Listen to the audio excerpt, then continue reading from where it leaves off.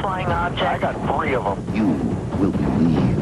Confirmation, hard evidence of aliens among us. And contains eyewitness claims of UFOs and alien beings.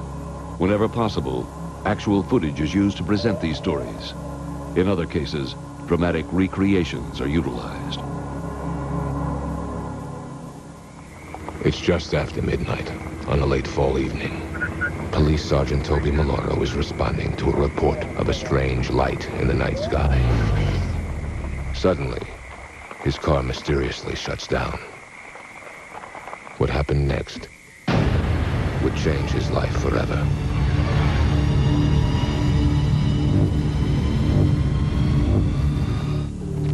Our spacecraft from another world secretly visiting the Earth.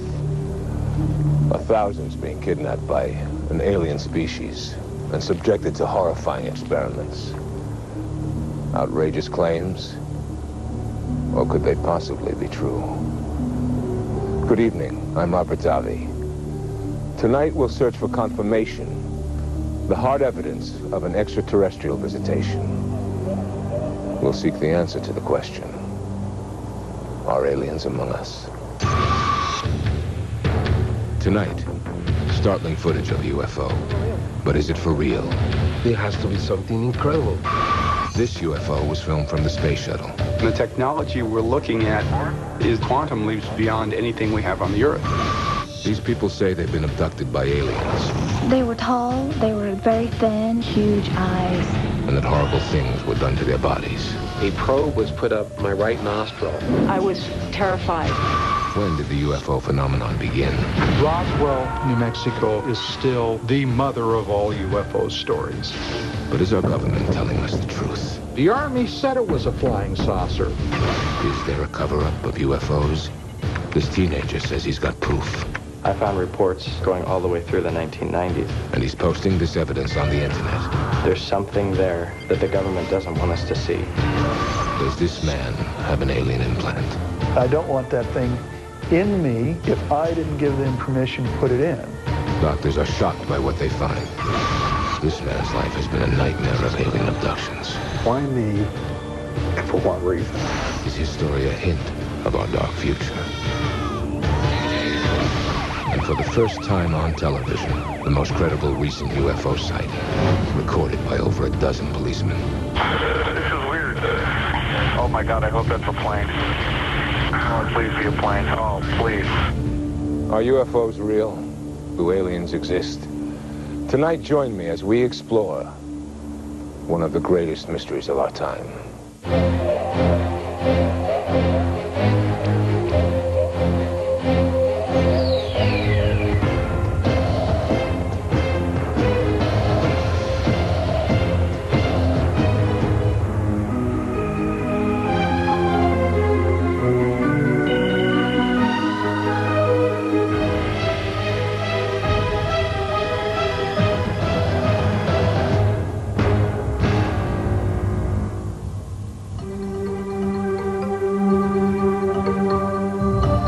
UFOs, unidentified flying objects.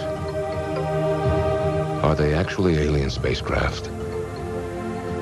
Or, as many claim, events of nature and elaborate hoaxes? To discover the truth, we must examine the evidence. In the last 50 years, literally thousands of UFOs have been photographed. And recently, home video cameras have captured many more on video. Many of these UFOs are breathtaking. Others are just bizarre. Two of the more remarkable images include a controversial new video that many call a hoax, and a decades-old photograph that, to this day, no one can disprove. We begin with a look at the most recent hotspot of UFO activity, Mexico. The nation of Mexico is certainly one of the hottest areas for UFOs in the world today. And the phenomenon of the Mexico City UFOs is really a phenomenon driven by videotape. No one knows more about this phenomenon than Jaime Maussan, director and host of Third Millennium, a popular TV show in Mexico that deals with the unexplained. Every week, Masan airs footage shot by his viewers with their own cameras. One type of UFO captured again and again has Masan convinced that something unearthly is going on. The first event, it happened on July 11th, 1991. Many people in different cities saw UFOs, and some of them were able to record it. And this is what they caught on video. Numerous shiny, apparently metallic discs. Some have called these UFOs the planet Venus. But that doesn't explain this phenomenon. We have these objects making a formation with more than 20, 30, 50, 100, or probably more than 100 UFOs. They get together, they separate, they make a figure here, another figure there. Very difficult to explain. I don't know what they are, but they could be signs in the sky. But all of these sightings pale in comparison to video footage Masan received anonymously in 1997. A mysterious tape that would place him directly at the center of an explosive UFO controversy. They were able to record these 21 seconds of this object hovering behind the buildings. What you're seeing now is that anonymous video. We present it unedited and without any visual enhancement. The object resembles a stereotypical flying saucer.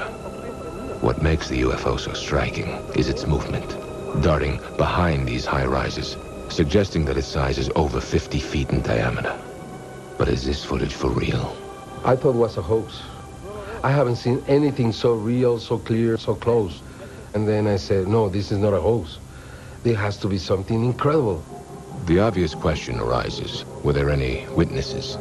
Many did come forward after the footage was aired on Masan's program. Even so, Masan claims one is credible. A little girl, her name is Cassandra. She didn't see the video, and she described exactly the same thing. It was a huge object going around and around. I never seen anything like this before. It was gray and metallic. I felt very tense. Yesterday we presented a video on television. Did you see it? No. There is a group of more than 100 people who don't want to come into a camera in front of the public, but they say, we saw it. If this is a hoax, it's a masterpiece. It is potentially very strong evidence of something very curious. And one has to ask, could this possibly be real? We asked that very question to renowned skeptic Philip Glass, the author of numerous articles and books on the UFO controversy, and an aggressive debunker of any purported evidence of aliens among us. Glass is not afraid to confront anyone on the subject, even Jaime Maussan. In 32 years, I have never encountered a single case that could not be explained in down-to-earth, prosaic terms. What does he think of the mysterious discs videotaped all over Mexico? These are helium-filled mylar balloons, which are sold in Mexico. They are very popular. And what about the anonymous flying saucer footage? Almost certainly, beyond any doubt in my mind, this was a hoax. When I first saw this, I said, wow, maybe there's really something here, but on closer examination, it doesn't make it. Visual effects artist Dennis Murin has won 8 Academy Awards for his work on such films as Star Wars and Jurassic Park. I just adjusted the contrast a bit on it to bring the contrast up and brighten the scene up a bit. And it looks like the line underneath the saucer here might be continuing on through the building. I think what we're seeing here is actually a composite. It's 2 separate scenes. Here, at Industrial Light and Magic, Hollywood's leading special effects company. Creating a shot like this is about as easy as it gets. All you need is the right software. For example, we have a shot here that we did for a commercial. The original element of the skier looks like this, but the environment that we want to put him into is here. We have the ability to put the two together.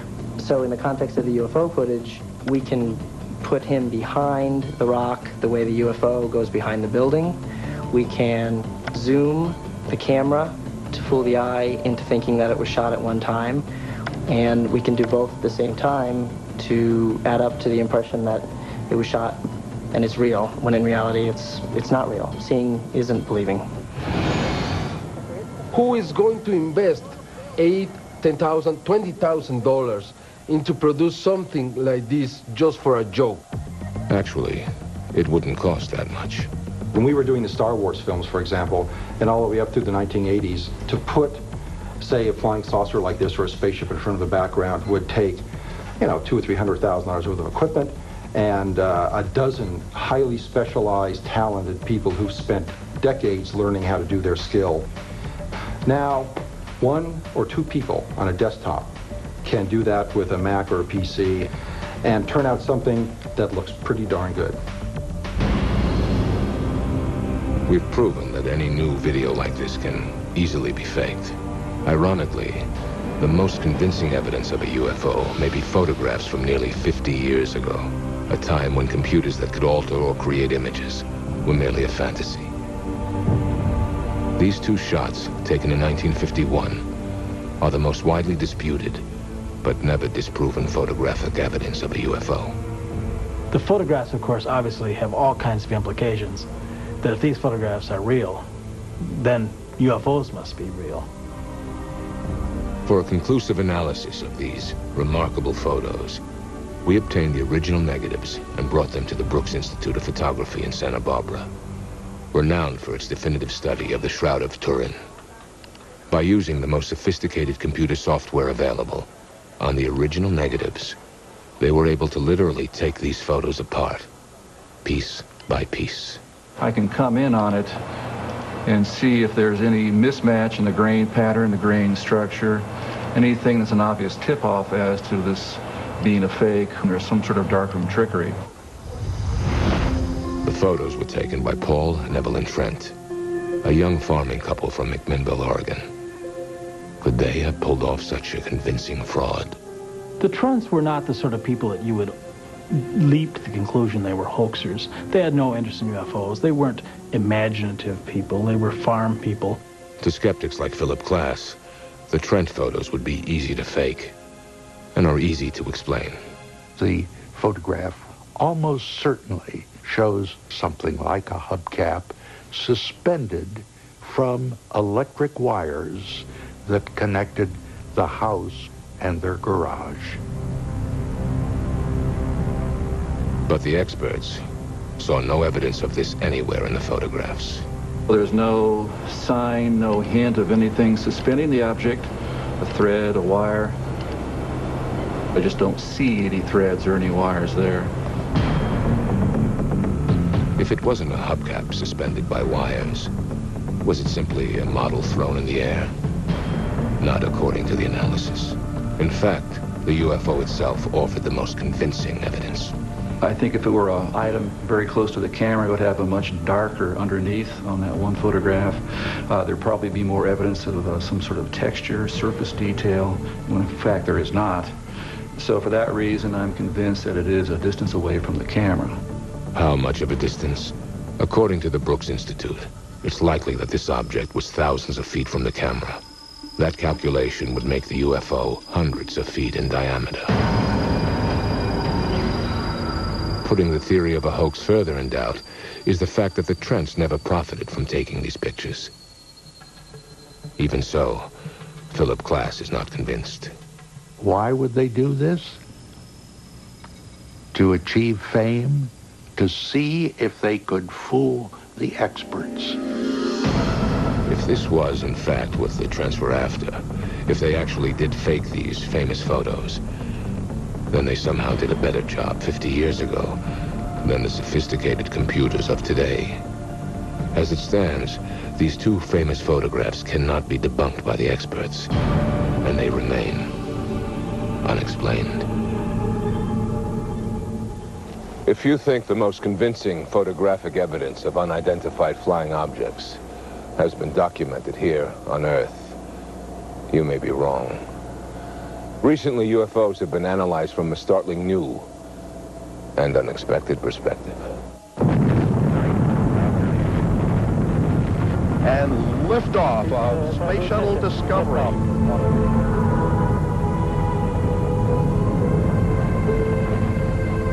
Space. Where better to look for alien craft visiting our planet? In September of 1991, the Space Shuttle Discovery captured an unidentified object on film. What you're seeing now is actual footage shot by NASA cameras from that shuttle mission. Watch the top of your screen. Note the object that moves from right to left. Two mysterious flashes, and it makes an immediate 135-degree turn and accelerates. This is followed by a strange streak of light, which seems to narrowly miss the unknown object. This dramatic footage has been in dispute since it was shot. I studied it extensively over maybe a 2-year period at least. University of Nebraska physicist Jack Kasher worked for nearly 10 years in the research and development of a Star Wars defense system for the upper atmosphere. His quantitative analysis of the NASA footage concludes that the UFO cannot be explained as a natural phenomenon. It's clearly above the atmosphere and air glow of the Earth. It maneuvers, it changes direction, it accelerates, and so the only thing really left is spacecraft. Others think this object is simply a small ice particle floating a few feet from the shuttle. Ice particles are a common waste product of the numerous shuttles that have orbited Earth. But Kasher is convinced NASA has recorded strong evidence of a large, intelligently controlled alien space vehicle. One of the very strange things that happens is that the main object actually stops and sits there for half a second before it accelerates back up to the right. An ice particle could not do that. If they're not ice particles, you don't have too many other options. They're not space junk, they're not satellites, they're not meteors, because those objects don't change direction. There's never been anything that I've experienced that gave me any cause to consider that there might be other life forms. Apollo 11 astronaut Buzz Aldrin, the second man to walk on the moon, has a different opinion. I mean, the sky is filled with moving objects here. Do I think that they are, that is credible evidence? No way. You got to have much more confirming evidence. That doesn't impress me very much.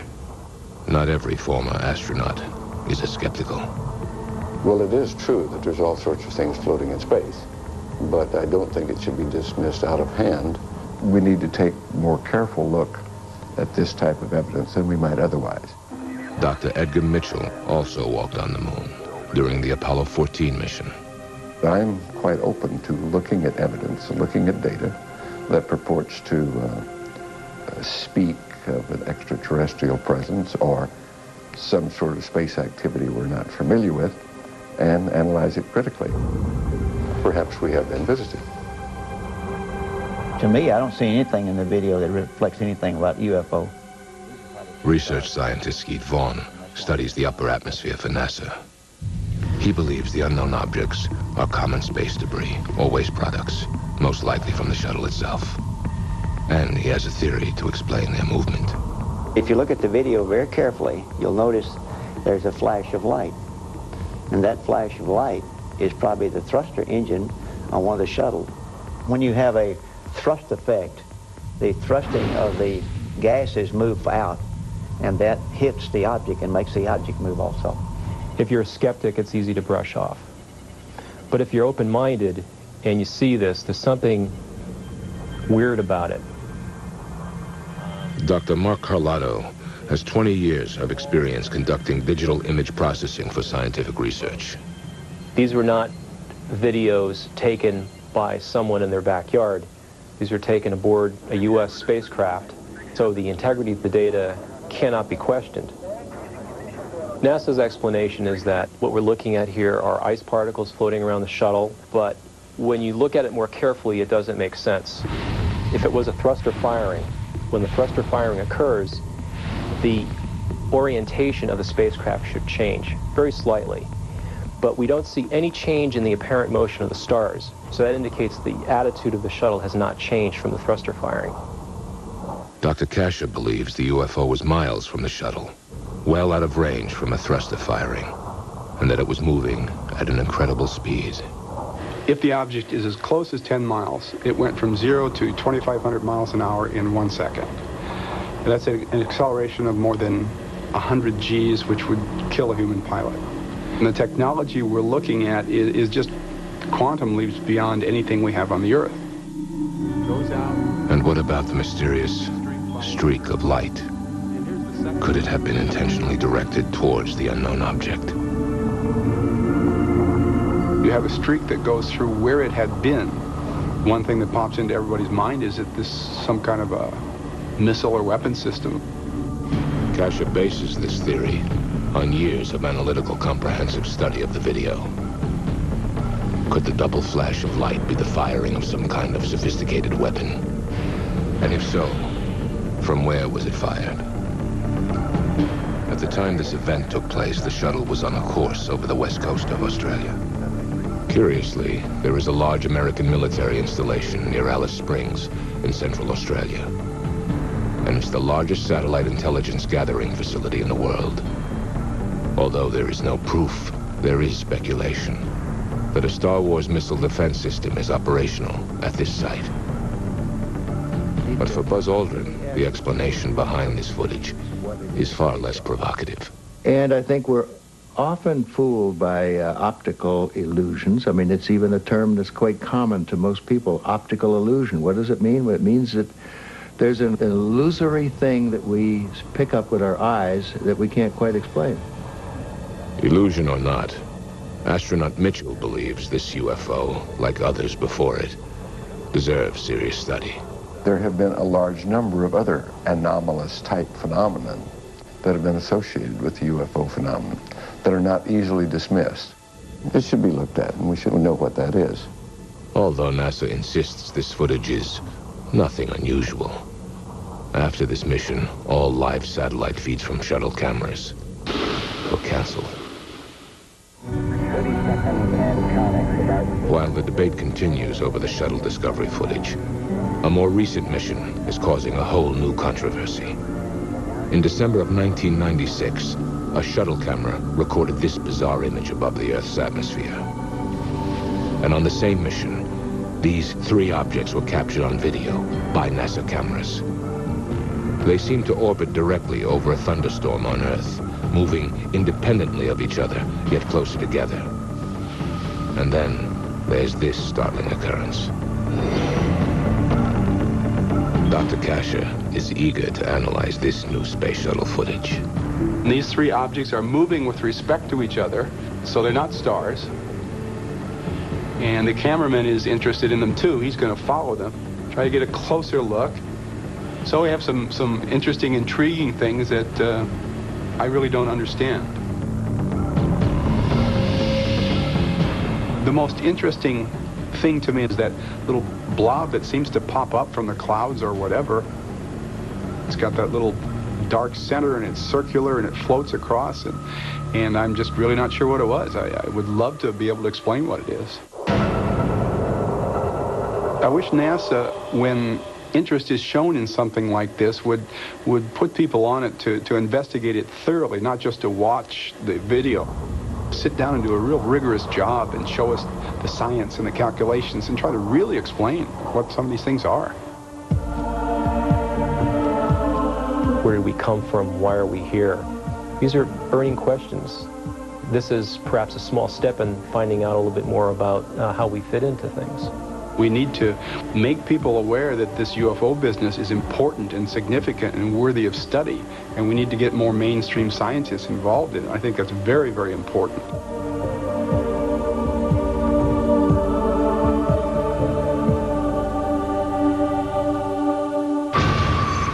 When we return, what happens in an alien abduction? A probe was put up my right nostril.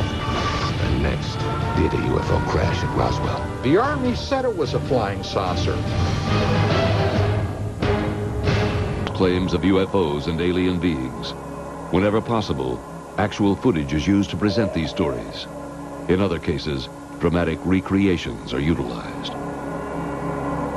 Some say evidence of aliens here on Earth can be found as far back as ancient Egypt. The modern UFO age, however, began with two events in 1947. The first involved a man who made flying saucers famous. The second, a town that made them legend.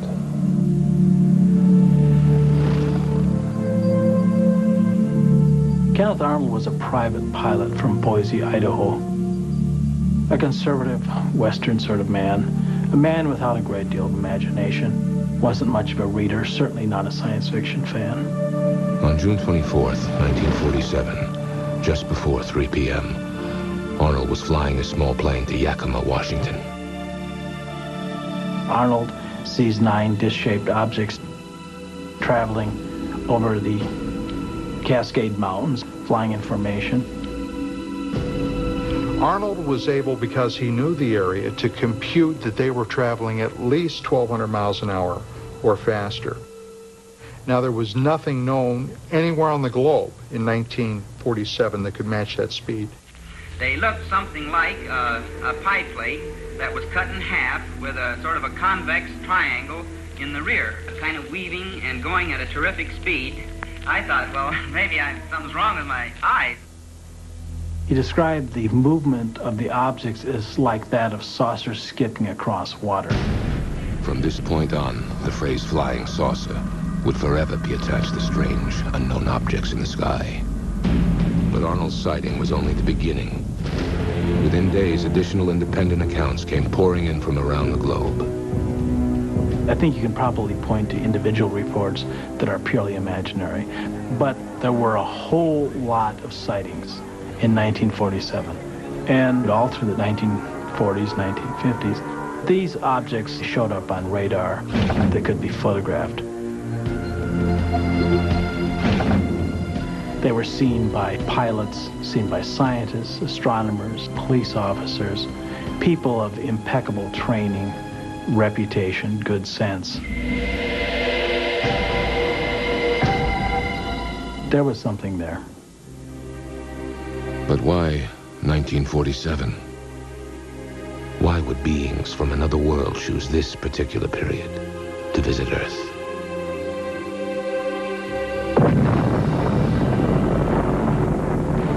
One favorite theory was that extraterrestrials had observed nuclear explosions going on the Earth's surface and realized that we had come to some level of technological development where they had to pay attention to us, because it would not be very long after this that we ourselves would be going out into space, which of course is what has happened.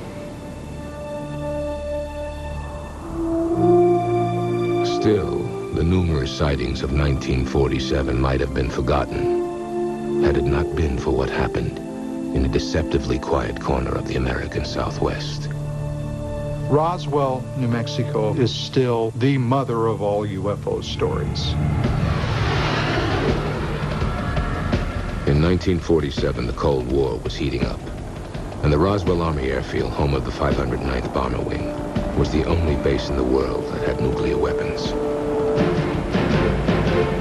Tensions were already high when the following disputed events supposedly occurred. A disc-shaped object crashes in the nearby desert. Hearing accounts of bizarre wreckage, soldiers from the base are dispatched to the site. They are shocked to discover debris from an alien spacecraft strewn across the sandy landscape. It is quickly gathered up and stored in hangars on the base. Among the wreckage, eyewitnesses report seeing a number of alien bodies. Pilots from the mysterious craft.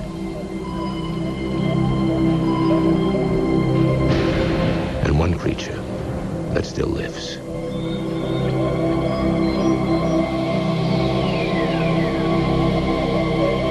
From this point on, the details of the Roswell story and the explanations given by the military get murky. The United States Air Force has told 4 separate and distinct stories about the Roswell incident. The first story, a press release, said that the Air Force had captured a UFO. The next story came literally the next day. Oops, not a UFO, a weather balloon.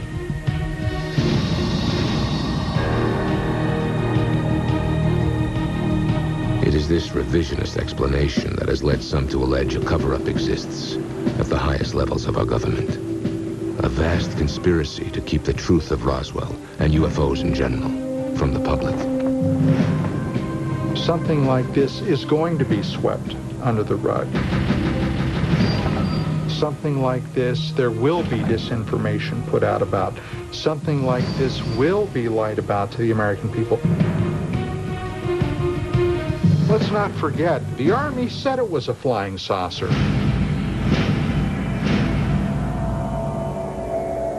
Nowhere in my research uncovering the Roswell story did I find any evidence of any kind of conspiracy or cover-up of any kind. James McAndrew wrote the recent official government report on the Roswell incident. What was found near Roswell in July 1947 was the very first launch of an experimental project called Project Mogul. Project Mogul was a high-altitude balloon program designed to detect Soviet nuclear explosions. Launched from nearby White Sands military base, these balloons, according to the government, landed near Roswell in 1947. As for the alien bodies, McAndrew credits another military project in which new parachute designs were tested by dropping crash dummies from a high altitude. And we believe that this is what people observed, the Air Force recovering from the desert, that have now become the so-called aliens of the Roswell story. I think Roswell is in many ways very similar to the Kennedy assassination. No matter what you tell people, they don't accept the truth. The crash dummy project did occur, but as official documents state, not until 1954. The government believes foggy eyewitness memories have blurred the two incidents into one. It's one lie followed by another. There's only one thing in the entire world that makes sense, and that is they got their hands on what probably were the remains of an ET craft.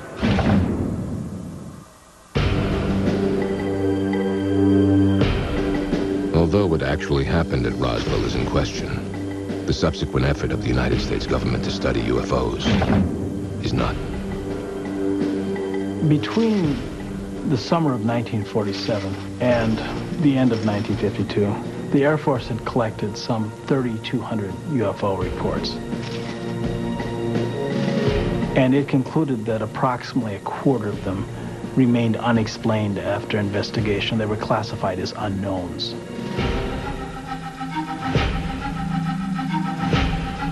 This exhaustive investigation was conducted under the names Project Sign, Project Grudge, and ultimately Project Blue Book. In 1952, Blue Book would face its greatest challenge when a dramatic UFO incident rocked the nation's capital. Over 3 consecutive weekends, a cluster of low-flying yet high-speed UFOs buzzed Washington's historic monuments. All, I might add, in restricted airspace. These objects were witnessed. Newspapers all across the United States reported on this. Civilian and military radars in and around the Washington area were picking up these objects. Planes were scrambled, not from nearby Andrews Air Force Base, but from a farther away base. The hottest aircraft we had at that time was brought into the fray. The impact of these sightings was felt throughout the corridors of power in Washington. There were so many reports that intelligence channels got clogged up with UFO reports. In other words, if a hostile foreign power had chosen that moment to attack the United States, the message could not have gotten through to the Pentagon. This undermined our ability to respond to what the defense establishment felt was a more likely threat. Soviet nuclear missiles. Alarmed, the CIA began a full inquiry. Now, not, as you might suspect, to make a determination on what UFOs were, but how do we treat this in the public? What do we do to make UFOs into a non-subject? They said basically our principal goal on the national security level is to debunk UFOs, and they did use that term. And so it became policy to debunk UFOs. Project Blue Book was told to adopt this new skeptical agenda, in spite of any evidence to the contrary. Project Blue Book's mandate was to reduce the number of unknowns to a minimum, even if their explanations were ridiculous. We've been able to explain them as hoaxes, as erroneously identified friendly aircraft, as meteorological or electronic phenomena, or as light aberrations. In 1969, the debunking operation largely successful, Project Blue Book was officially terminated. Blue Book was stumped, absolutely stumped, on more than 700 cases. So even Blue Book, charged with getting rid of UFOs at any cost, couldn't get rid of all of them. What is the real truth about UFOs? What the Air Force was trying to slip past the public tells me that they have something just as sure as God made little green apples that they're still hiding.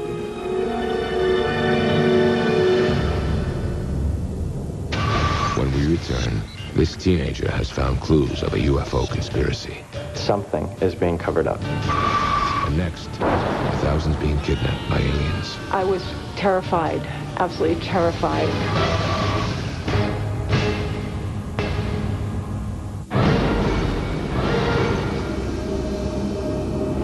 I was in a horizontal position. I could feel my back on hard surface. I felt that I was frozen. Physically, I was shut down. A probe was put up my right nostril, and I recall hearing a cracking sound. They put something in my ear. I was terrified, absolutely terrified.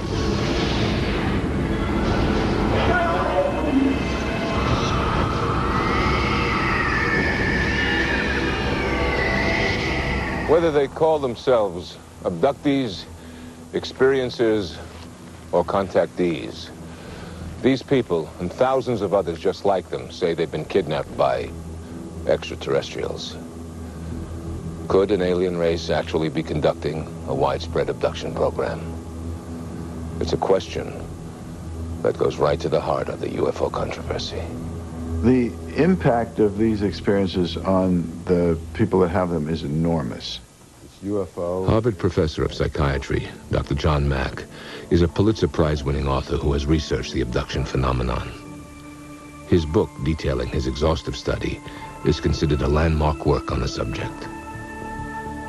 The abduction experience changes them at every level. It changes their relationships within their families, their sense of who they are, their sense of the world that they live in.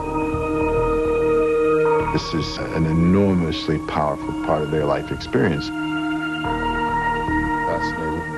The most important aspect of these experiences that made me believe that they were events rather than something else was the fact that the stories were so similar.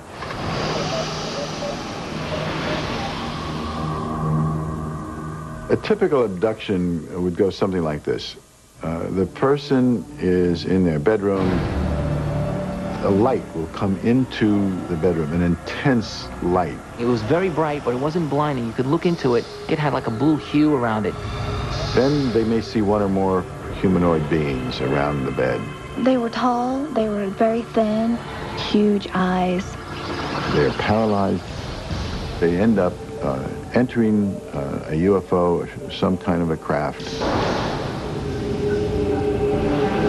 And there are what they call the grays, with these now familiar, well-described big black eyes. There's something with the eyes that really catch the attention to the point of where looking at the rest of the physical being is not as important as paying attention to the eyes. A number of procedures are done to their bodies, which may involve probing of almost every part of the body, taking of sperm from men, eggs from women.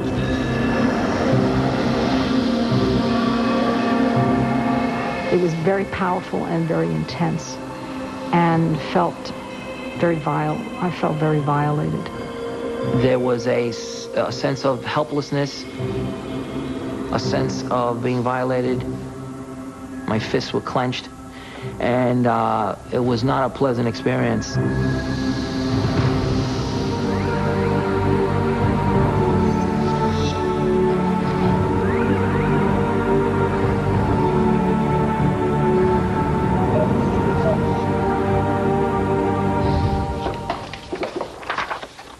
But are these stories true? Or are they just well-told, imaginative lies?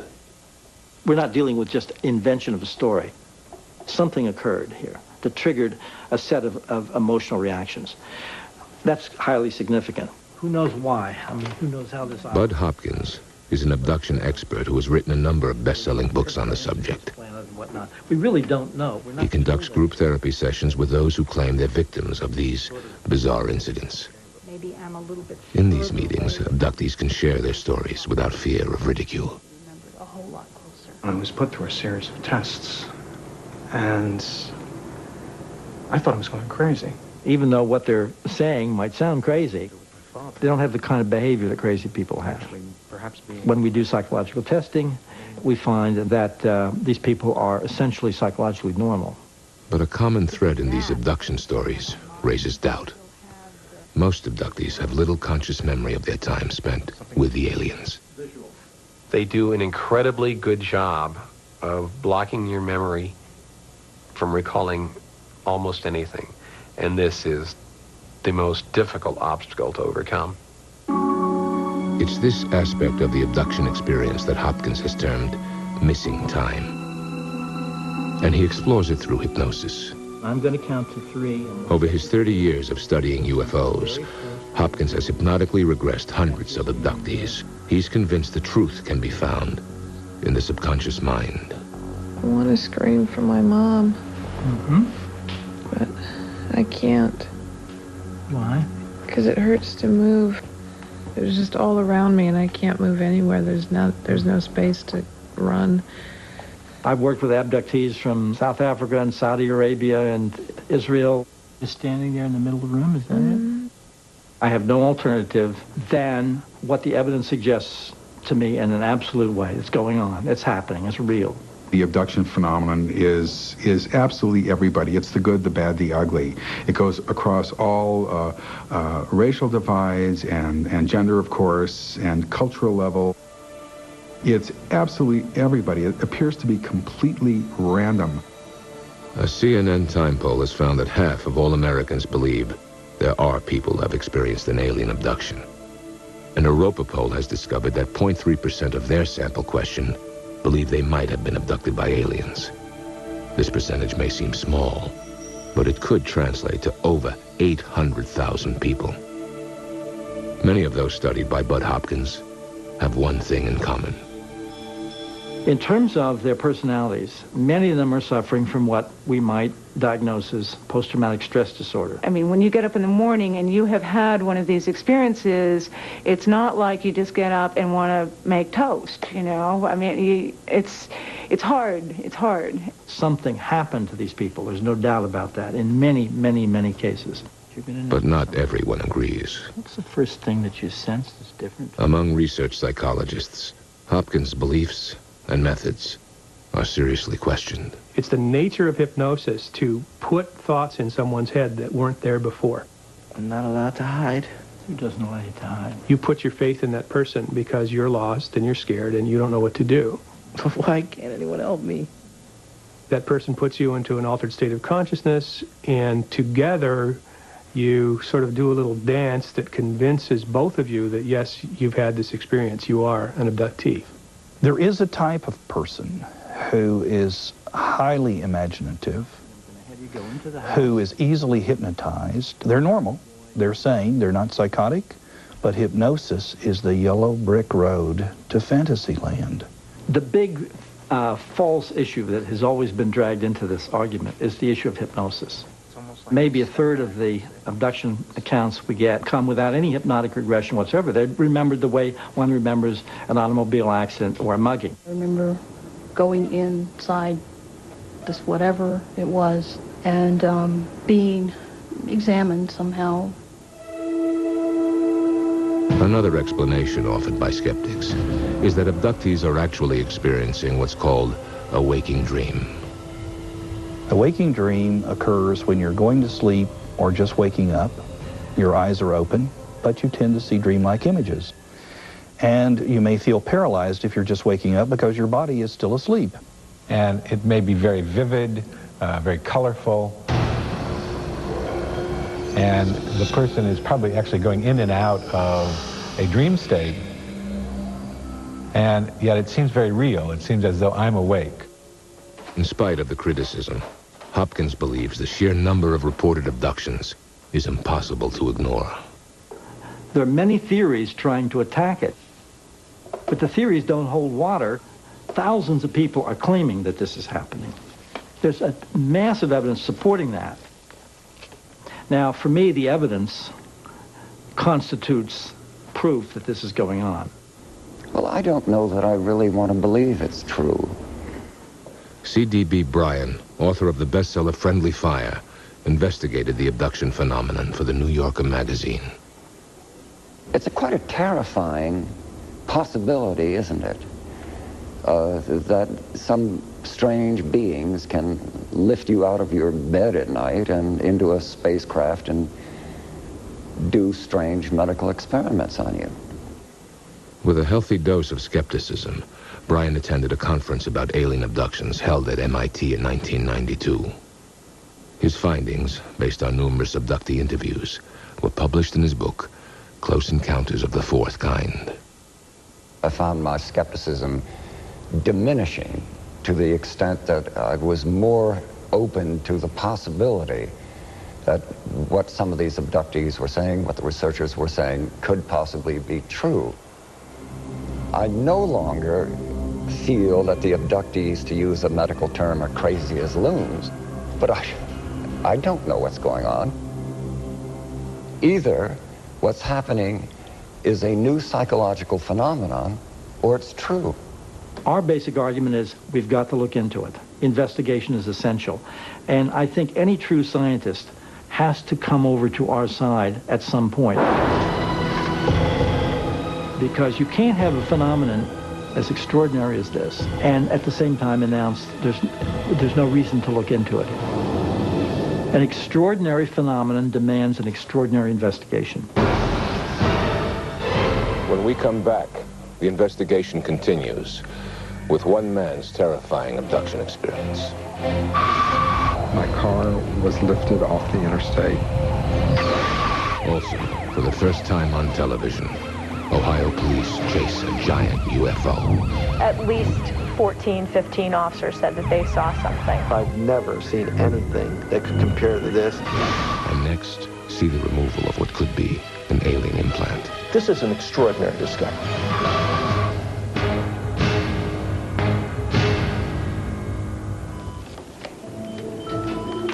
This may look like a medical team prepping for a routine surgical procedure.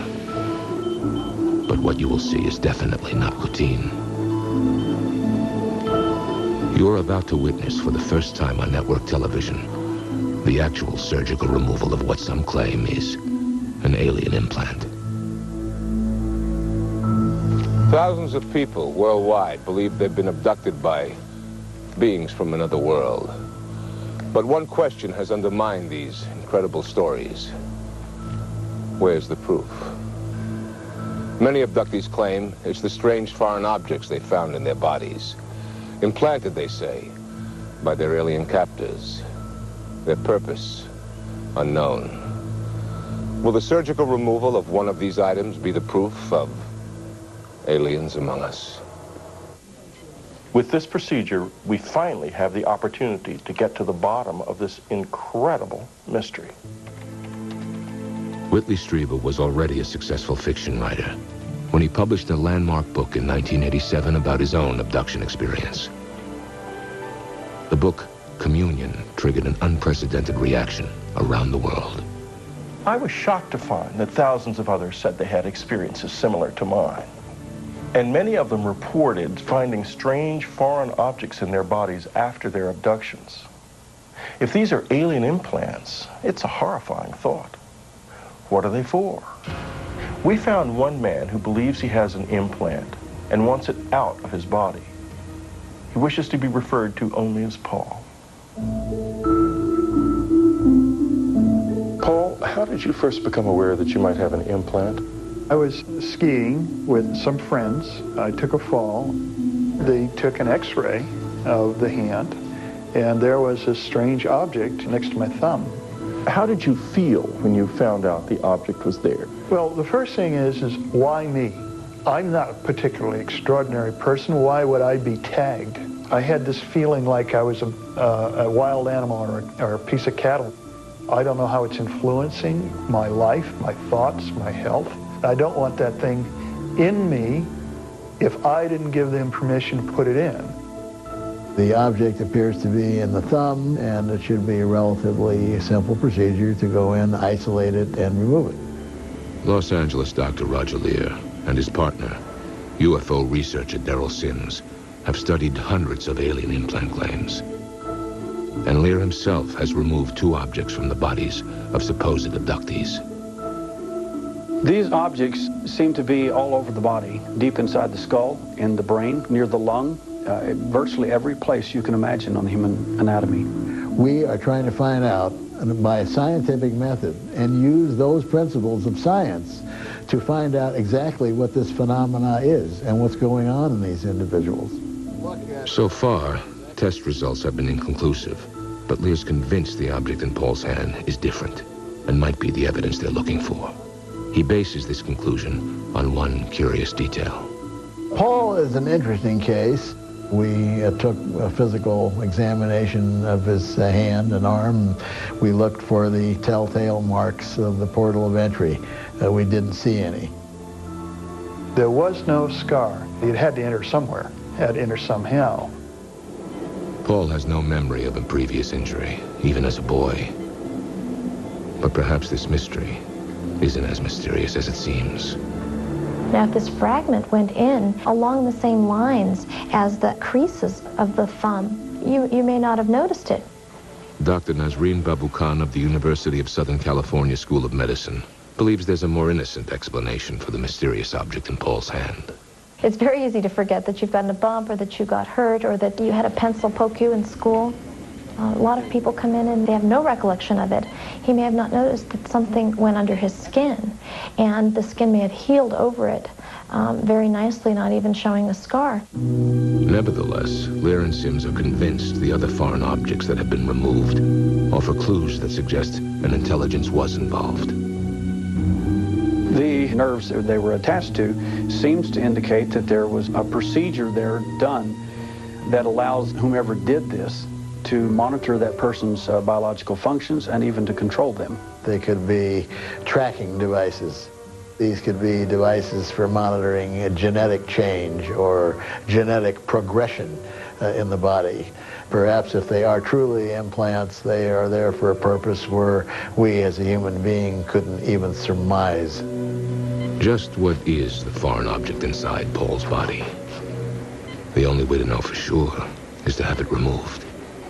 Are you afraid of having this taken out? I am afraid of what might happen when it's being taken out. Has it been designed in a way that's going to harm me when it's removed? I don't know. Am I anxious? Am I afraid? Sure I am. Will I be relieved if it's not alien? You bet. With everything in place, the surgical team begins its work. A local anesthesia numbs Paul's hand.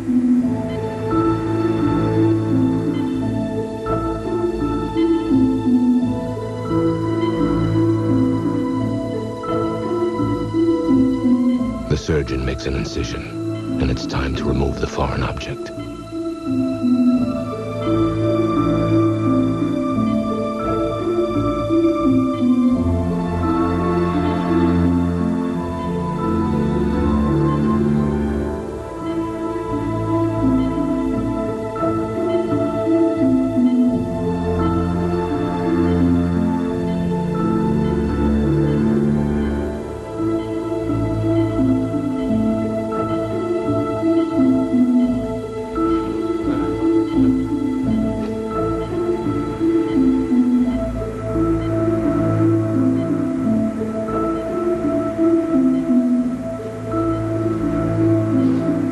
The object is dark, almost black in color.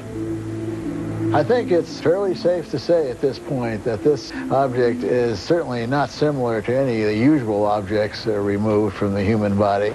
This is one of the most unusual objects that I've seen in 34 years of medical practice.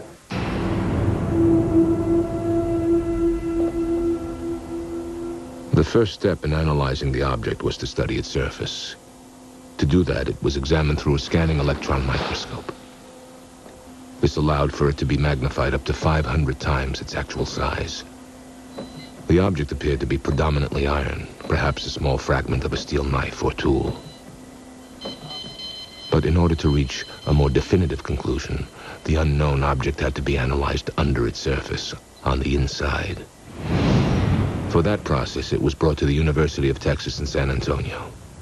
It looks like it might be an iron oxide. If we can crush it and get it to very small size, we'll be able to really get to the internal structure more readily.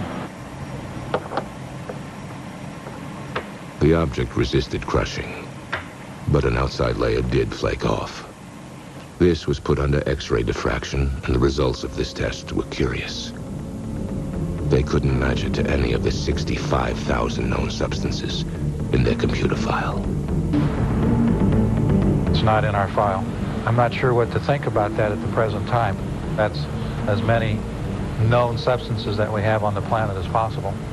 According to the lab's official report, if the material analyzed is indeed iron, it lacks any internal ordered arrangement of atoms or ions. Whatever substances make up this unknown sample, it's a mystery this test couldn't solve. The combination of these elements could be put together by nature, they could have been put together by man, or they could be put together with a different type of physics that we have little knowledge of. This is an extraordinary discovery. Why can't it be identified? It just confirms for me that this abduction phenomenon and now implant phenomenon must be taken seriously and studied. Of course, other tests may offer a more conclusive analysis of what this unknown object may be. Until then, Paul must deal with the unexpected emotions he's felt since the object was removed. I had this experience of emptiness, sort of like a feeling like maybe a pet had died. I'm not sure how to explain it other than this sense of something missing.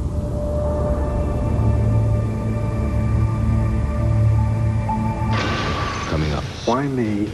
For what reason? He says he's been abducted by aliens his whole life.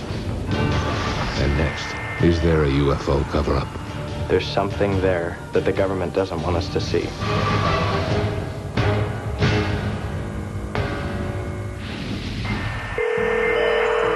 The internet. Perhaps the best evidence of our fascination with the UFO phenomenon. The World Wide Web is today, without a doubt, the world's largest repository of UFO information. It's only here that ufologists can find anything and everything they want to know about the mystery of Are We Alone? The UFO subject virtually dwarfs all other subjects on the internet. UFOs are the second most popular subject in terms of web traffic and number of websites, right behind sex. Out of the countless UFO websites, one stands out in its attempt to reveal what many believe is a concerted government effort to cover up the existence of UFOs. And it's the brainchild of a 17-year-old from Northridge, California. What he's created has made him a folk hero to the UFO community, and quite a nuisance to the United States government. It's almost like an X-Files episode in our house. It's kind of my hidden other life that not many people know about. John Greenwald is the mastermind of the Black Vault, a website doggedly devoted to uncovering and unveiling once top-secret government documents relating to UFOs. The Black Vault was kind of a name I thought of late at night, and really the name is exactly what it is. It's a vault of information. John's website holds over 6,000 pages that he's obtained through the Freedom of Information Act. These documents are displayed just as John gets them, With UFO information the government doesn't want us to see, blacked out. I have half pages that are blacked out, full paragraphs, but what's interesting is I'll find pages that are just completely blacked out from top to bottom. The government position is that this censorship is common in declassified documents and is necessary for national security. But John remains suspicious. And the list of government agencies he's contacted reads like a Washington, D.C. phone book. The Central Intelligence Agency, the Defense Intelligence Agency. There's been about 10 Air Force bases that I've gone to. NORAD, Office of the Assistant Secretary of Defense, FBI, lots of letters to the Pentagon, and there's different offices in the Pentagon. The headquarters for the Air Force, the United States Navy, United States National Reconnaissance Office. There's been a lot. There's been a lot. She's got a dance recital. I think we're the only family in Northridge, at least, that gets calls from the FBI and the CIA, and they want to know what he wants, why he wants it. They don't realize that he's still in high school. I think they probably do get annoyed with my letters. I don't get pushy. I try and be as polite as possible in the letter. But it's tough when they tell you that there's no records on something and you feel that there is. John's internet detective work has led to dramatic discoveries that have impressed UFO conspiracy theorists around the world. The government investigated UFOs with Project Blue Book, which ended in 1969. And since then, they've stated that there's been no evidence to go into UFO sightings. But what I found with my Freedom of Information Act requests and my letters to different agencies, I found reports not ending with 1969, but going all the way through the 1990s. And the ones in the 1990s are more heavily blacked out than most of the stuff earlier in time. One of John's many targets is Ohio's Wright-Patterson Air Force Base, the mythical home of captured alien bodies and spacecraft. So I sent one of my requests to Wright-Patterson Air Force Base for all UFO documentation, and they sent me a letter back stating that there were no records at their office. But 4 or 5 months later, I discovered that they had almost 1,000 pages at Wright-Patterson. There's something there that the government doesn't want us to see. John's website receives over 33,000 visits and 4,500 emails every month. It's this popularity that convinces him he's onto something big. Whatever is behind that veil of black, I don't know, but something is being covered up. The fans of the Black Vault can expect many more declassified documents on UFOs. And the government agencies that already know his name can expect many more letters from a Mr. John Greenwald, a young man with a lifetime of questions. And until they're answered, we can never be sure.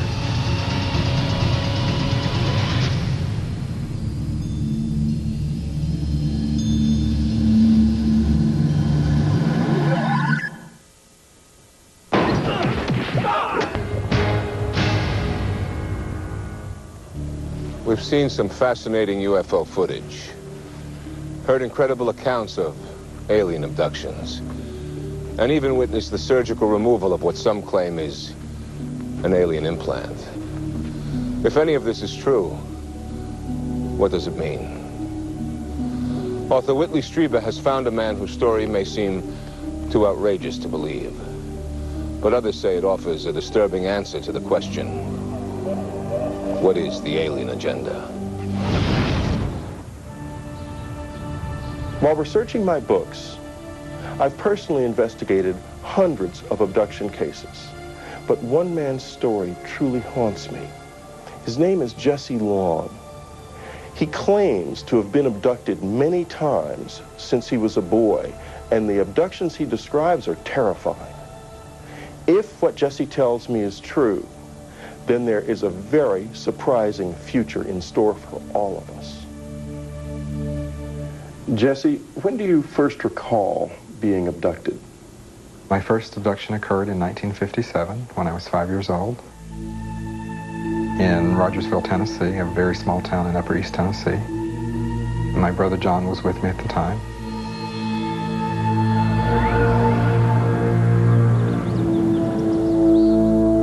Above the hill behind our house, we came upon what appeared to be a round house under construction. And one man, a taller looking figure, he had a rod, long rod in his hand. a light was emitted from it and we were paralyzed.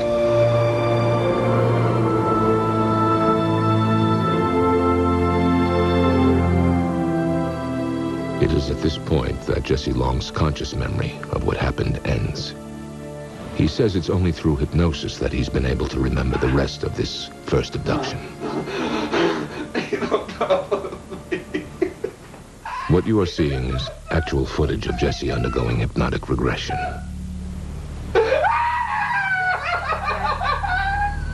You will not be I remember being taken into the craft, taken into one room. I was placed on a very cold, flat table. My brother was separated and he was taken into another room.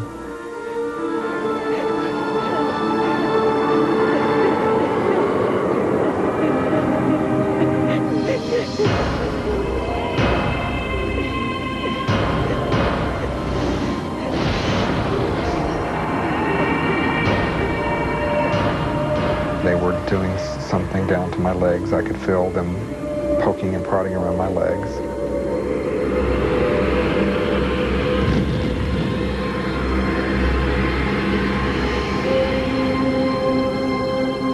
According to Jesse, his abductors inserted a small item, an alien implant, into his left shin. And it was in my body for 34 years. Could you feel it inside you? What did it feel like? It was always painful. I always had to wear my socks below the incision point because it was painful. In 1991, Jesse had the foreign object removed from his leg. There it is. This is actual footage of that procedure.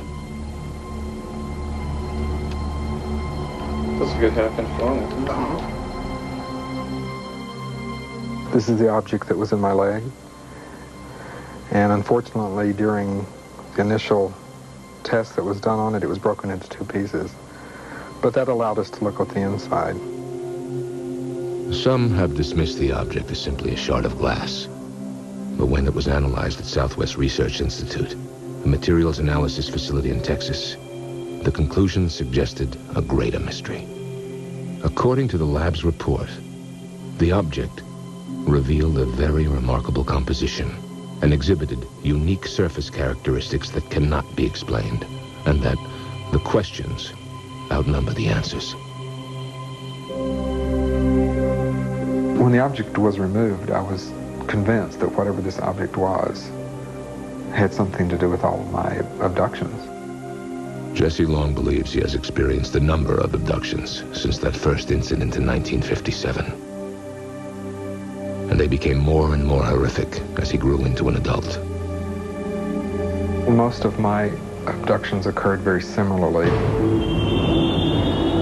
When they brought me into the craft, they would take me down a long hallway. They would place me on a flat table. Of course, I was paralyzed and had to be because I was kicking and screaming. I didn't want to be there.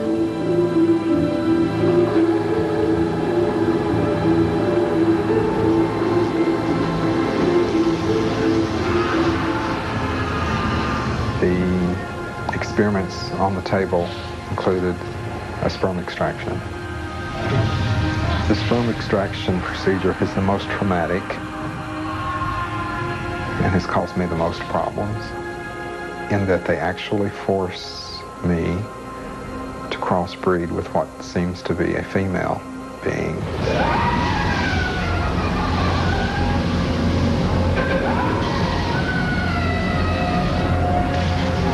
Okay, you're gonna wake up. 1, 2.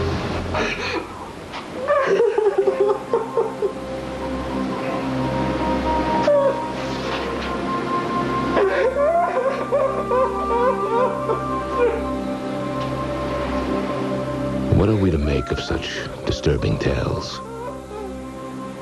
Could stories like Jesse's be based on actual events? Skeptics say no. They're merely the product of an overactive imagination. Fantasy-prone people are criticized for fantasizing, except if they fantasize that they have been abducted by a UFO. then they become a celebrity. And they will tell you an elaborate story.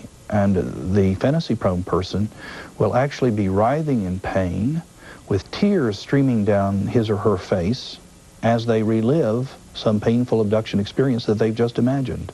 And those people tend to be the people who are boundary deficit disordered. They have problems with relationships. They always say, I've always felt like an outsider. I don't feel like I belong. They can't hold jobs. They just have a tough time in life. And telling this person who's been lost and outside and alone that they do belong, that they're an abductee, that they have an identity, and that there are other people just like them, answers all of those questions for them. Jesse, when you tell people about your experiences, do they believe you? You know, it's not my job to convince anybody. It's my job just to tell you what I've experienced. If you believe it, fine. If you don't believe it, I don't care. But Jesse's amazing story can apparently be corroborated. Remember John, Jesse's younger brother? He claims he too was there on that fateful day in 1957. We're inside of a dome. John's own hypnosis confirms Jesse's story. And perhaps in an effort to deal with his dark memories, John has built this house for himself in the hills near their boyhood home.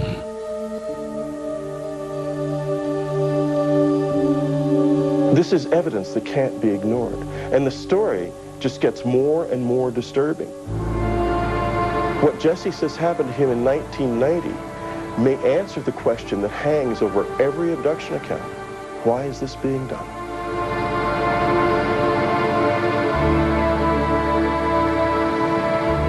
I was driving from California to New Orleans, and right outside of Albuquerque, New Mexico on I-40, my car was lifted off the interstate up into a craft with me in the car.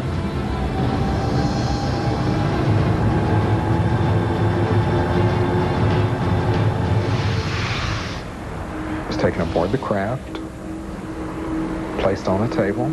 I was presented with a baby, was told, "This is your child."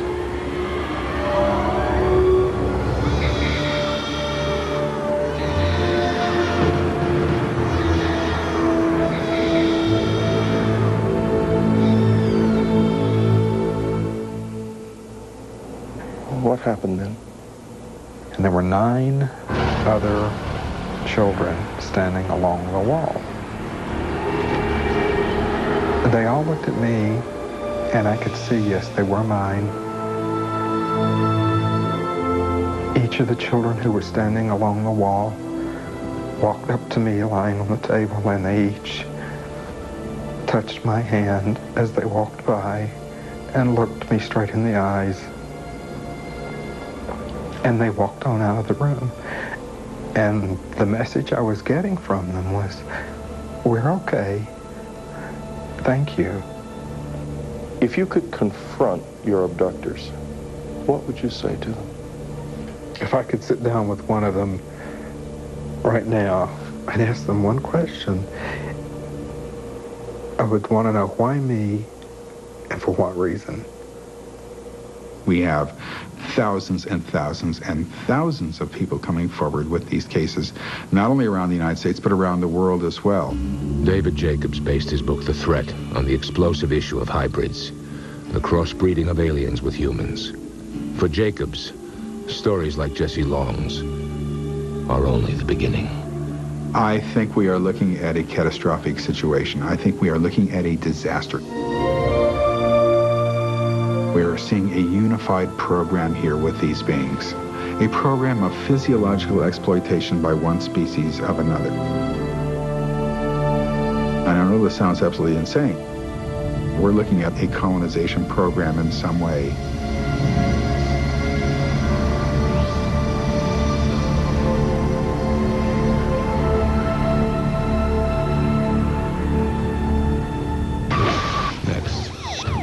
First time on television, Ohio police have a dramatic close encounter with a giant UFO.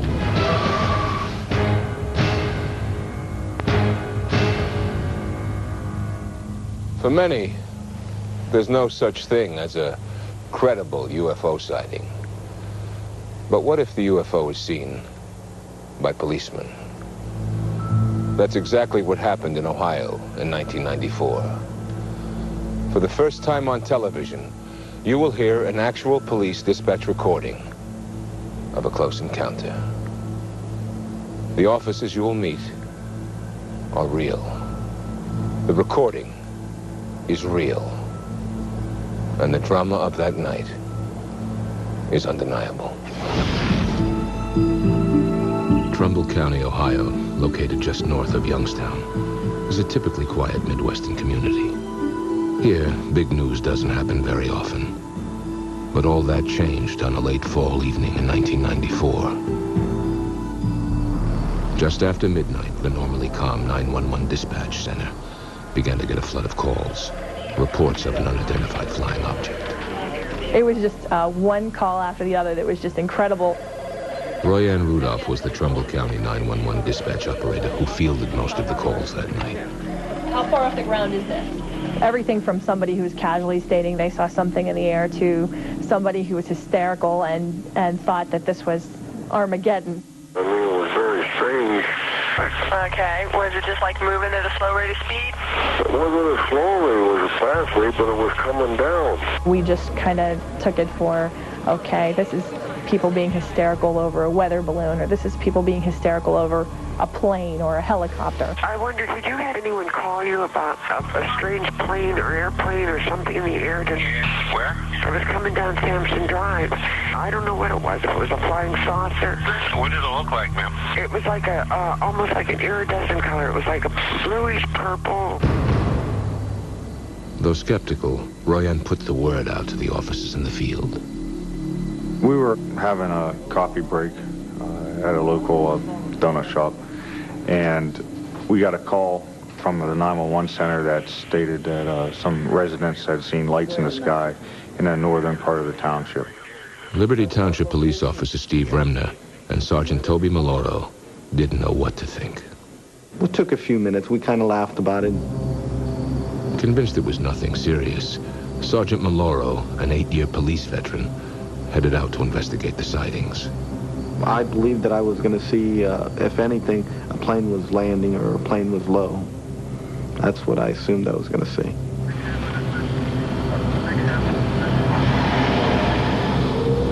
I thought Toby would come back with some kind of comfortable solution that we could offer these people who were upset.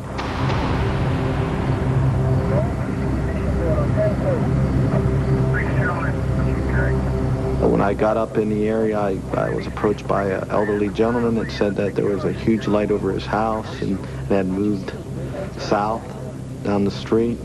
I proceeded down Sampson Drive, approximately a quarter mile. Sergeant Toby Maloro was about to become a part of UFO history. Everything shut off in the vehicle. I didn't understand what was going on. My car completely stopped. And that's when the light hit the vehicle.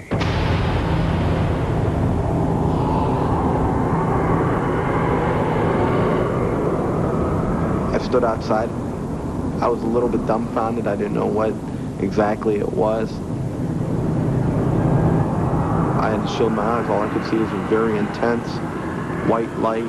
It seemed to be more intense in the center of it. I know it was huge.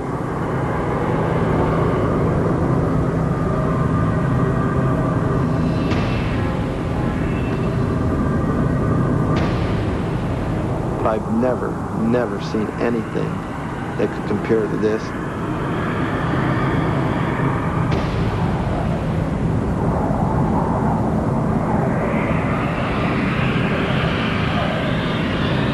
And the thing that was very strange was there was no sound. After 30 seconds, the object moved off, away from his patrol car.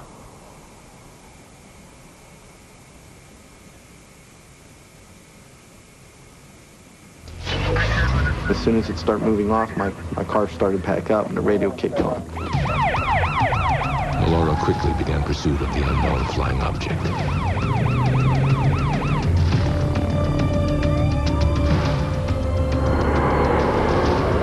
trying to put two and two together and say, what just happened here? Unable to keep up with the UFO, Maloro radioed in to dispatch over police channels. 914 to radio. It's heading in a northerly... He told me in a very serious tone, I saw something. And I said, Toby, you're joking.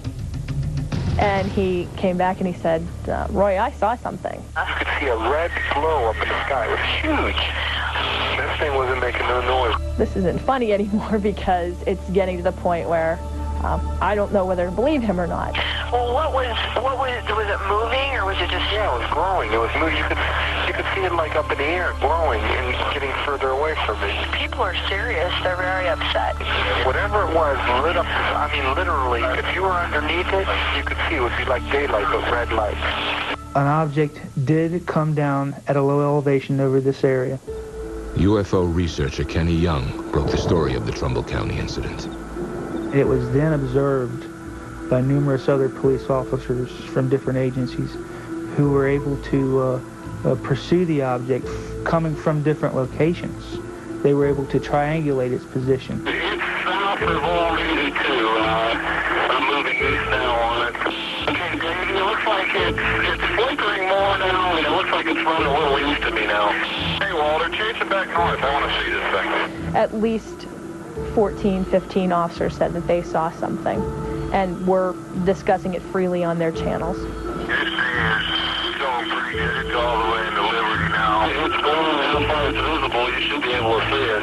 It changes colors from white to red to green. The sucker has not moved. We have multiple departments right now that have sightings on it.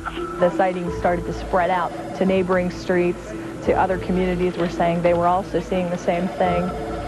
It took a whole different meaning and level of seriousness. We contacted the airport control tower to ask them to check their radar. We have a report of some flying object in our jurisdiction. Do you know of anything that should be in our airspace this time, close to the ground? Right This is not a prank phone call, I swear. You can call me back to verify. Look at the radar scope, and I go 60 mile diameter of Youngstown, and there is nothing out there. That's when I got the chill that, okay, everybody can't be making up the big bright light story. According to all the people I've spoken with, the FAA tower operator in the tower should have been able to see the object from his vantage point. I don't see anything out there, nothing on the radar scope. Young requested the identity of the FAA tower operator through the Freedom of Information Act. His request was denied. I would like to ask him, could you visually observe something from your vantage point, 60 foot up in the air in a tower? As the other officers got closer to the object, they radioed in with dramatic descriptions. They were able to discern a parachute-like appendage attached to the object.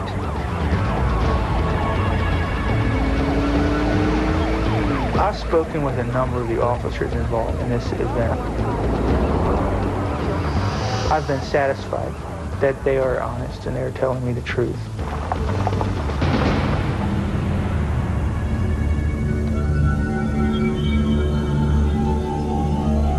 One officer even said he saw a structured object while viewing it through binoculars.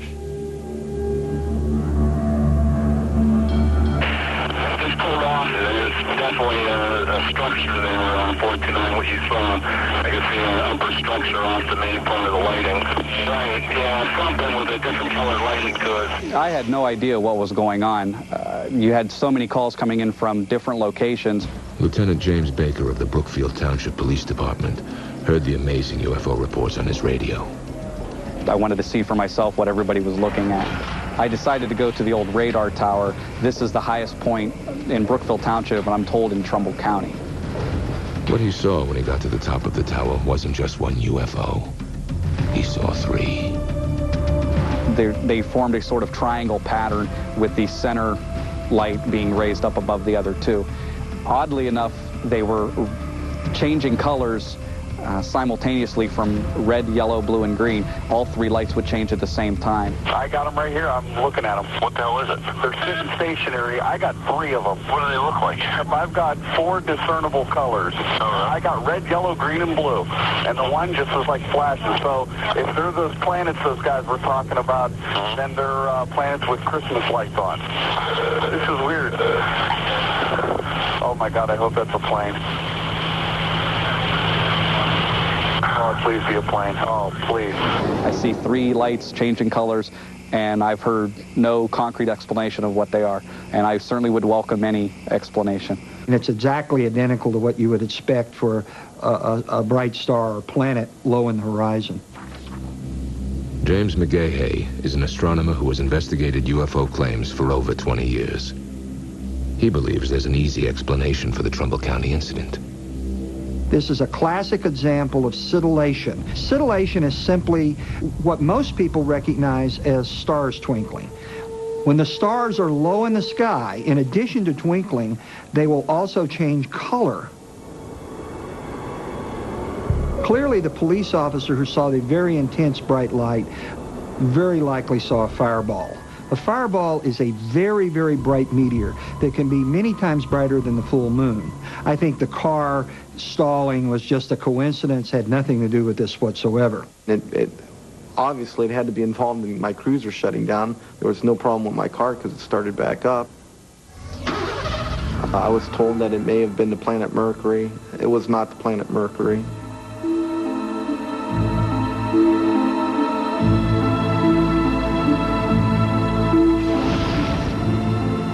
Another possible theory is that the UFO was a top-secret experimental aircraft from nearby Youngstown Air Reserve Base. There's no indication, evidence, or record of any kind that would indicate there were any experimental Department of Defense aircraft operating here. I can't, speak for other people who say they may or may not have seen something. What I can talk from with authority is what happened here at the base and what our involvement was, and there was apparently none. If it was a plane, it was some kind of new plane, because I've never heard a plane that doesn't make a sound. These policemen and the citizens who were looking at this are not trained observers to look at the night sky either from a standpoint of stars and planets or meteors or fireballs. And they simply made a mistake. They saw something spectacular. It looked spectacular. They equated it with something unknown, and the first thing that popped into their mind was the term UFO. And so, no, I don't question their sincerity. I just question the fact that they're reporting something and believing it to be something that it's not. I'm not saying what I saw was a spaceship from outer space, okay? What I'm saying is I saw an object that was not normal for this area. It gave off an intense light. It shut my cruiser off, including my radio. I lost contact with the 911 center, and it didn't make any noise. It's something that I've never seen before, I've never encountered before, and I haven't encountered it since. I do believe that they saw something. I don't believe that it was a star. There was something there. What I walked away from that night was a feeling that this was a lot bigger than just a couple people saying they saw a light in the sky. And it made us think maybe a small place like Trumbull County could have something big happen occasionally, too.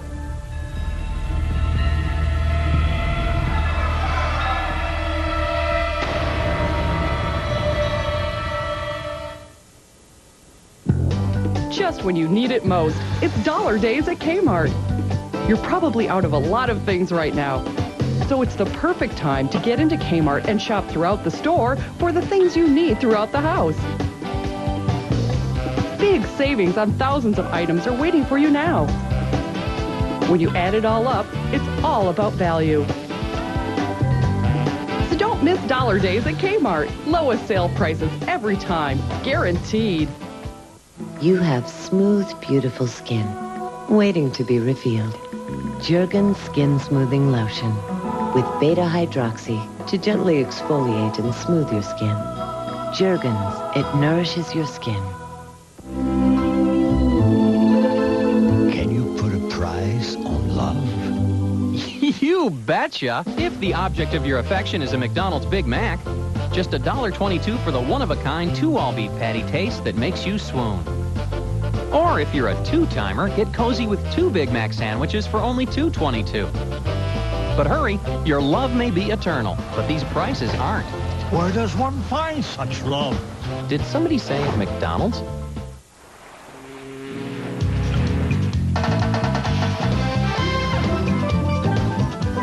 Looks like one vacation is just more fun. We guarantee it. Carnival, the most popular cruise line in the world. Courage, something shared by countless Americans. Those who risked their lives. Those who battled serious illness. When I was diagnosed with prostate cancer, I was primarily concerned with ridding myself of the cancer. But secondly, I was concerned about possible post-operative side effects like erectile dysfunction, ED, often called impotence. You know, it's a little embarrassing to talk about ED, but it's so important to millions of men and their partners that I decided to talk about it publicly. And after all, it can be associated with many conditions, including prostate surgery, high blood pressure, diabetes, or even smoking. And the point I want to make is there are many treatments available for ED, so my advice is get a medical checkup. It's the best way to get educated about ED and what can be done to treat it. It may take a little courage, but I've always found that everything worthwhile does. An exclusive offer from NBC Home Video. There's something there that the government doesn't want us to see. At last, we may have hard evidence of aliens among us. Oh, please be a plane. Oh, please. This is evidence that can't be ignored. Now, you can own the special edition of Confirmation. Call 1-800-NBC-2634 now. You'll get the video with exclusive bonus footage, plus a free collector's t-shirt, all for only $24.95, plus shipping and handling. Skeptics and believers will continue to debate the question, are we really alone? Now, we leave it up to you to decide. As for the future, people will continue to come forward with accounts of strange lights in the night sky. And we will continue to listen. I'm Robert Davi. Good night.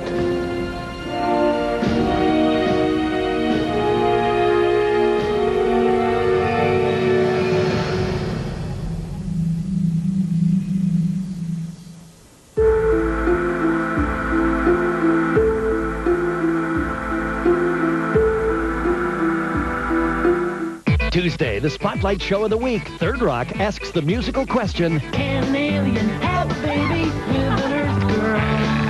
Can an alien have a baby with an Earth girl? What are you gonna do when the doctor says, congratulations, it's an 8-pound purple tube? Alien, alien, alien baby. What if it looks like something you never seen before? On the Third Rock, Tuesday, 8 o'clock, 7 Central. Can an alien have a baby with an Earth girl? The Alien Baby, NBC Tuesday.